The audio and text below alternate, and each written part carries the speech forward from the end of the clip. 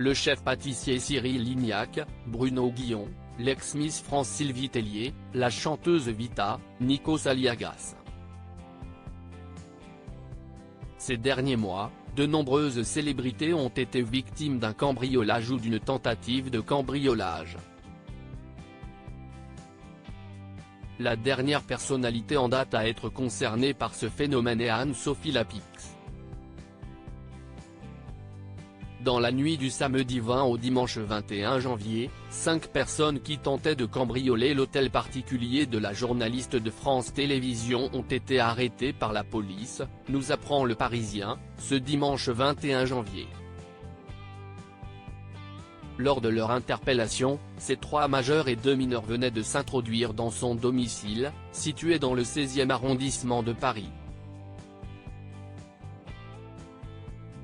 Ils ont été placés en garde à vue, selon les informations du parquet de Paris auprès du quotidien régional.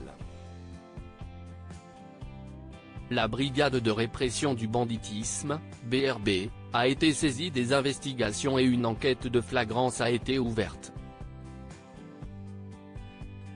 Supérieure à Anne-Sophie Lapix, une touche de glamour et un JT mené à la baguette. L'un des fils d'Anne-Sophie Lapix a filmé les suspects dans cette affaire. Tout a commencé en début de semaine.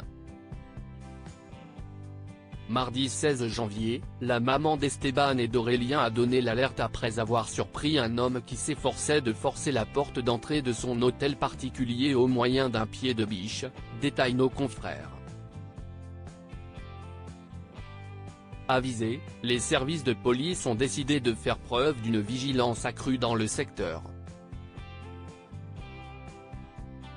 Finalement, dans la nuit de samedi à dimanche, ils ont identifié une voiture suspecte dans cet arrondissement parisien cossu.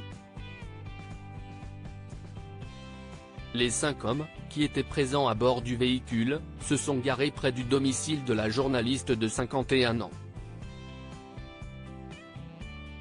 Quelques instants plus tard, les suspects, dont le visage était soigneusement dissimulé par des capuches, auraient escaladé la grille d'entrée de l'hôtel particulier.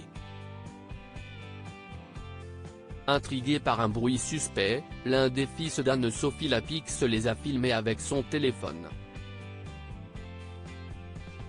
Conscients d'avoir été repérés, les individus ont pris la poudre d'escampette, avant d'être interpellés par la police. L'un de ces hommes avait en sa possession des rouleaux adhésifs. Par ailleurs, dans la voiture, un revolver et un certain nombre d'outils ont été retrouvés. La journaliste, sollicitée par Le Parisien, s'est refusée à tout commentaire. Article écrit en collaboration avec 6 médias Crédit Photo, Bertrand Rindov Petrov.